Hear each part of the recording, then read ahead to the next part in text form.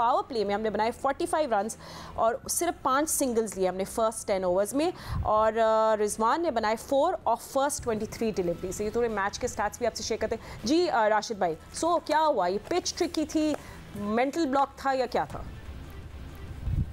देखिए, पिच जो शुरू की मसले मसाइल होते हैं अर्ली मॉर्निंग जब मैच होता है, थोड़ा बहुत वेस्ट इंडीज में बॉल ग्रिप करती है, स्पिनर का हो या पेसर का हो।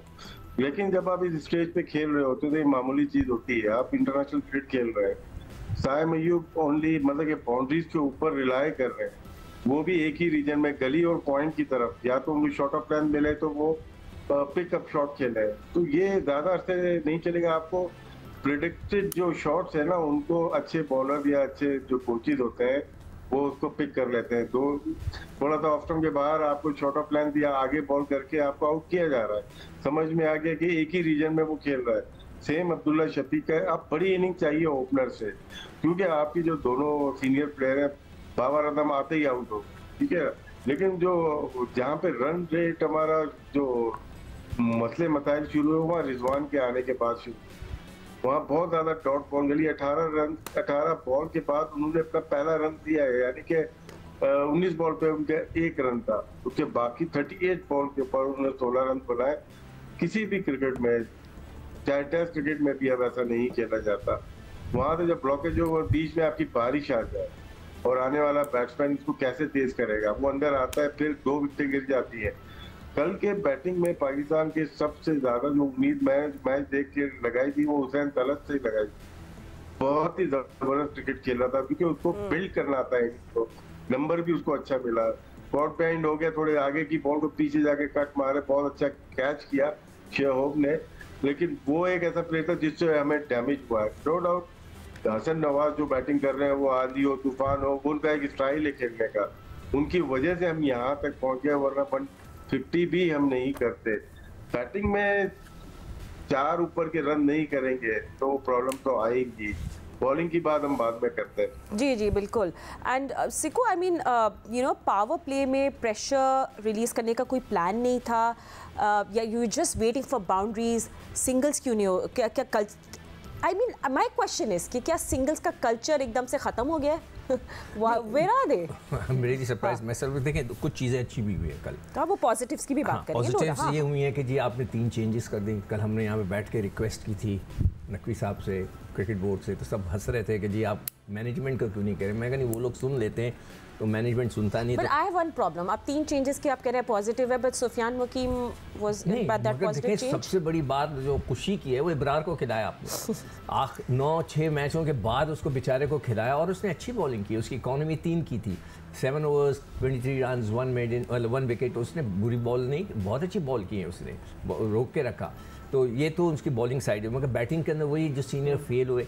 देखें कल की पिच मैंने पहले ही कह दिया था कि मॉर्निंग की जो पिच होगी वो ख़तरनाक होगा। और मैं कहीं आर्टिकल पढ़ के आया था कि वहाँ पे जो मॉर्निंग होता है सेक्शन वो बड़ा ख़तरनाक हो। ख़तरनाक से मुराद है कि ट्रिकी होता है फॉर द बैट्समैन। तो वो हुआ, हमने ओवर्स खेले, बॉलिंग खेली, मगर फिर इसको कंटिन्यू करना है। एक सीनियर खिलाड़ी का काम ये होता है, अगर उसने कुछ ज़्यादा गेंदें खेली तो कैरी ऑन करे, वो आखिरी तक जाए, ताकि वो आखिरी के जो प्लेयर होते हैं मार धाड़ वाले, उनको थोड़ा फ़ायदा है।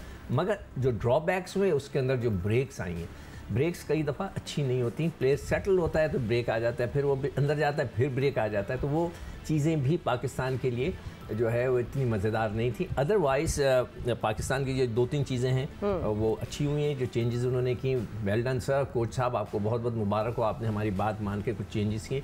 हार जीत तो होगी, खेल का हिस्सा है, हम तो ये चाहते हैं हर लड़का खेले। मगर वो जो अभी हुसैन तलत की बात कर रहे हैं ना, कल मैंने बैठ के उसको देखा, बड़ी अच्छी बैटिंग की। वो बिल्कुल राशिद का ऑब्जर्वेशन सही है। और बेसिक वजह क्या है, वो 73 फर्स्ट क्लास मैचेस खेल चुका है। ये बहुत इंपॉर्टेंट है सर। मैं बार बार कहता हूँ, लोग पता नहीं हंसते होंगे जी T20 खेलने से 4 डे का क्या काम, मगर 4 डे क्रिकेट आपको क्रिकेट खेलना सिखाता है, नहीं खेलना सिखाता है। कल उसके शॉट्स बड़े ज़बरदस्त थे, बड़ा कॉन्फिडेंस और बड़े खूबसूरत शॉट्स खेले उसने। वेरी वेल डन जी। सही है। So you know, I still feel, this is my personal opinion, कि सुफियान वकीम को अभी सेट होने के लिए यू नो उनको मैचेस खेलने चाहिए। आई जस्ट फील उनको नहीं ड्रॉप करना चाहिए। But okay, you know, and Ahmad sahab बात करते हैं। अहमद, जब आई मीन आपसे भी पूछूंगी अबाउट द पिच, एंड जब आपके पास बाबर हैं, you have Rizwan, you have Abdullah Shafique जो एंकर्स हैं अपेरेंटली, तो रन रोटेशन क्यों नहीं हुई? आई मीन रेन से पहले भी स्ट्राइक रेट का इशू था, अब क्या वेट बॉल का बहाना है या फिर this is actually a tactical flaw?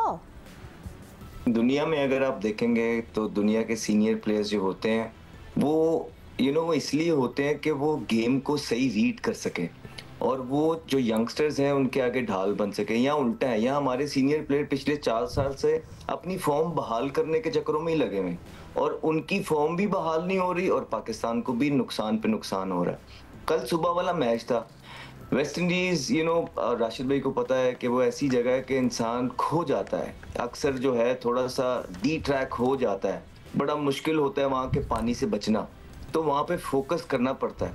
तो सुबह 9:30 बजे मुझे लगा कि शायद अभी नींद खुली नहीं थी और मैच स्टार्ट हो गया, और देखें कि जो मुश्किल एक टाइम था वो तो आपके ओपनर्स बीट होके अच्छा खेल के बचा गए।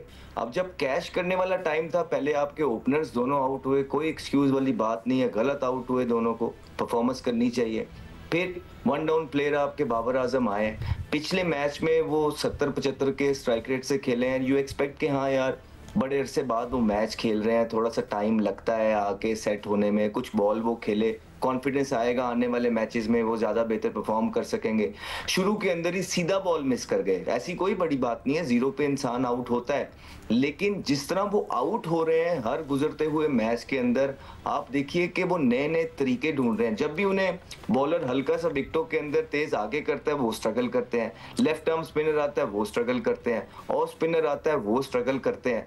कल फिर वो बिल्कुल सीधा बॉल मिस करके चल पड़े, बिल्कुल गिर गए और चल पड़े। फिर मेन बात आई आपके रिजवान की, कप्तान है यार पाकिस्तान क्रिकेट टीम के, अरसे दराज से क्रिकेट खेल रहे हैं, इंसान आउट हो जाए खैर है, लेकिन जिस तरह ये खेल रहे हैं this is not the way. आप पहले 19 बॉलों पे 1 स्कोर कर रहे हैं, उसके बाद आप 38 बॉलों पे 14-15 स्कोर करके जा रहे हैं, 40 के स्ट्राइक रेट से खेल के जा रहे हैं। तो मैं यही बोल रहा हूँ कि इस चैनल पे या बाकियों पे भी बहुत तनकीद हुई हम पे 6 साल पहले, जब हम 70-75 के स्ट्राइक रेट से कहीं खेल रहे थे तो वो कहते थे स्टोन एज क्रिकेट खेल रहे हैं, सारे ये बोलते थे स्टोन एज क्रिकेट खेल रहे हैं। तो जब उस टाइम क्रिकेट आगे चली गई थी तो 6 साल के बाद तो और आगे चली गई है, और यहाँ पे आप हर मैच के अंदर 60-70 के स्ट्राइक रेट से और 40 के स्ट्राइक रेट से खेल रहे हैं, और फिर आके आप पोस्ट मैच सेरेमनी में कहते हैं कि वो चेज ने मोमेंटम दे दिया और रुदरफोर्ड ने ले लिया, हमने दे दिया मोमेंटम, उन्होंने ले लिया। या कभी आप कहते हैं या विन है या लर्न, और भाई कब ये बोलेंगे कि हाँ जी मैं गंदा खेला, हाँ जी मैंने गलत प्लेइंग 11 सिलेक्ट की, हाँ जी हमारी टीम ठीक नहीं बनी हुई है, हाँ जी कोई एक्सक्यूज नहीं है, मैं 38 बॉल खेला, मुझे 38 बॉलों पे अगर 38 नहीं तो कम से कम 30 तो करना चाहिए था। मैं प्रेशर डलवा रहा हूँ बाकी आने वाले प्लेयर्स के ऊपर भी, मुझे बीइंग अ सीनियर प्लेयर जो है हाथ खड़ा करना है, एज अ कैप्टन हाथ खड़ा करना है और रिस्पॉन्सिबिलिटी लेनी है। टफ कंडीशंस के ऊपर भी मुझे परफॉर्मेंस करनी है, क्योंकि मेरे ऊपर करोड़ों रुपए की इन्वेस्टमेंट की हुई है पाकिस्तान क्रिकेट बोर्ड ने। नहीं सुनने को मिलेगा ये चीजें, जब तक आपको नहीं सुनने में मिलेगी तो सुन लेना फातिमा, फिर ठीक है।